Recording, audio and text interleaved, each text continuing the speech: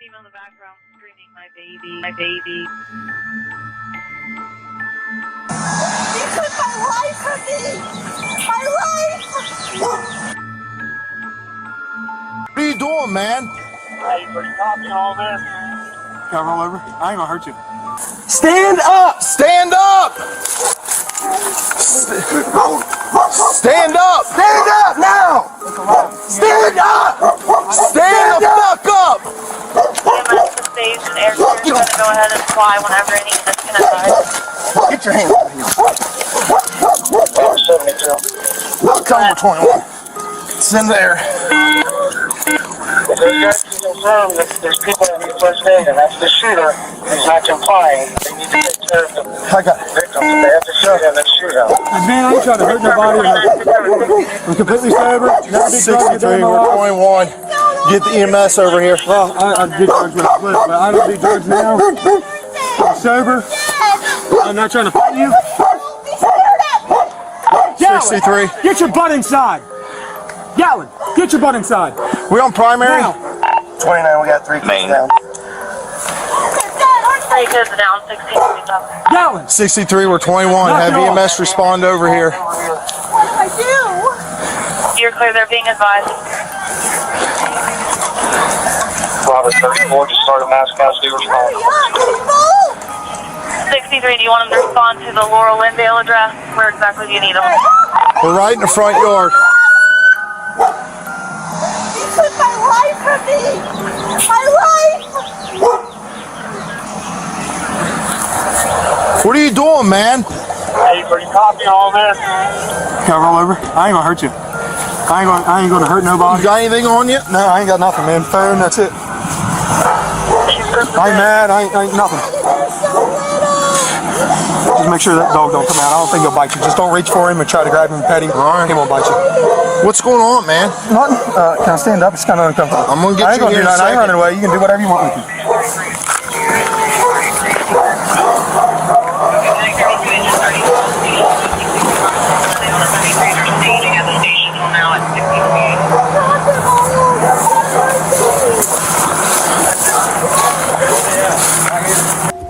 Morning, Judge.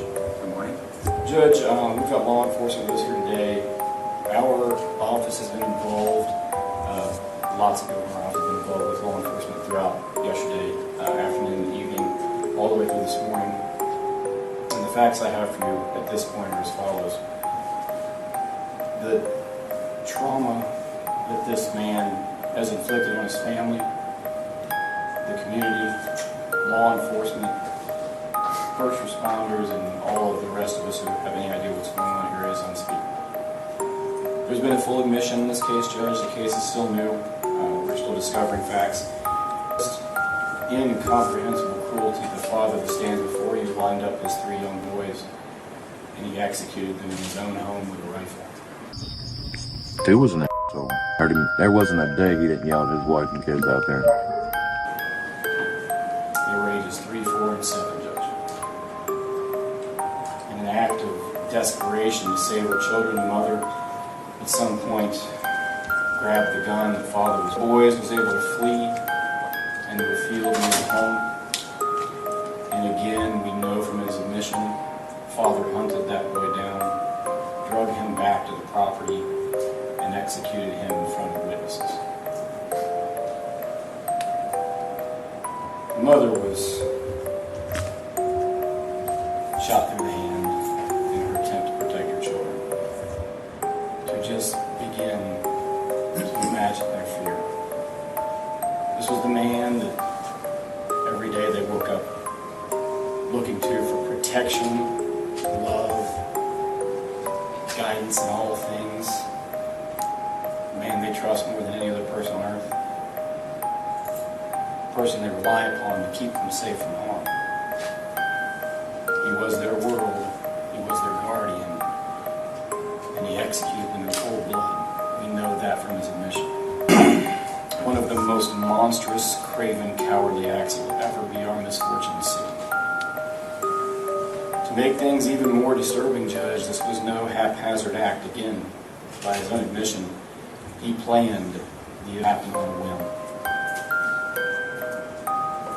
He's confessed to what I believe is the worst crime, at least I hope, that I'll see in my lifetime. I hope it's the worst fact pattern that ever comes before this court. Judge, it's important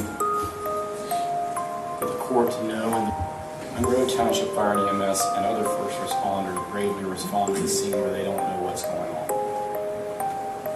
They did not know what they're facing, and they come into a scene that no one can ever be prepared for. No law enforcement training, no training of any kind prepares you for this. Stu was an asshole. Heard him. There wasn't a day he didn't yell at his wife and kids out there. What would he yell? All kinds of shit. He was just angry, yelling at her all the time, treating her like. It's easy to forget that these are men and women with families, children, feelings, emotions. They're not some automaton performing a delegated function. They're people. 20-year-old children. They held these boys in their arms, knowing there was nothing they could do to save them. How long do those scars last? The day do you wake up from that and did he have access to a weapon? Yes, obviously he did. The weight of the evidence against the defendant at this point, Judge, we stand here with a full admission of the defendant. That also goes to the confirmation of the defendant's identity, and witnesses on scene did see at least part of what happened. And he made comments that you thought were important. What were those comments? He had made a comment that the Bible says that you kill your firstborn, you kill your secondborn, you kill your thirdborn, but first you're supposed to kill your wife. I didn't kill my wife, so I really thought that was a very important comment that he had just made. The defendant asked about his wallet in his back pocket. Okay. Was this in response to any question by you, sir? No, sir. Okay. So he just asked that of his own volition? Yes, sir. All right, thank you. Did you answer him? I did. And what did you say, sir? I told him to shut up, and also during that, I told him he had the right to remain silent, to fucking use it.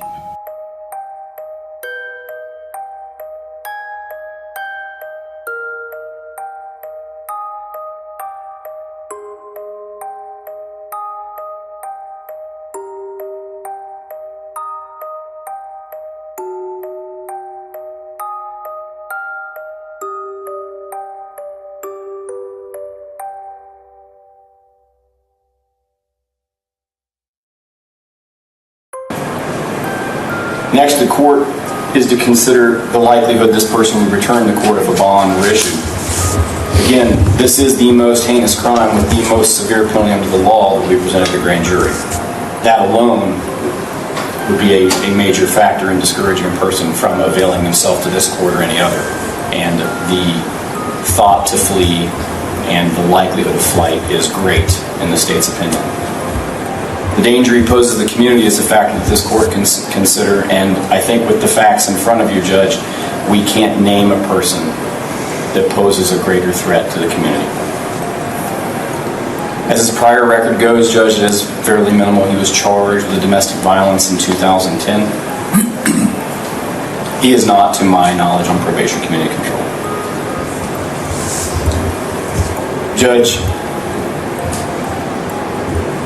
the facts of this case are hopefully like no other we will ever see.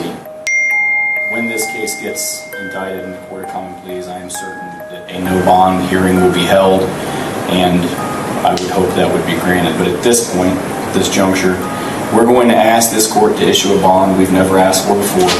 I'm going to ask for a bond of $20 million. I hope I never need to request such a bond again.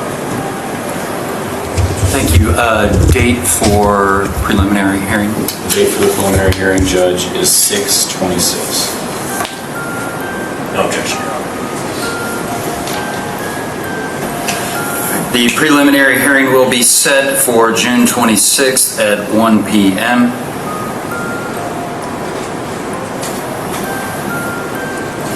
At this point in time, bond is going to be set in the amount of $20 million cash or surety.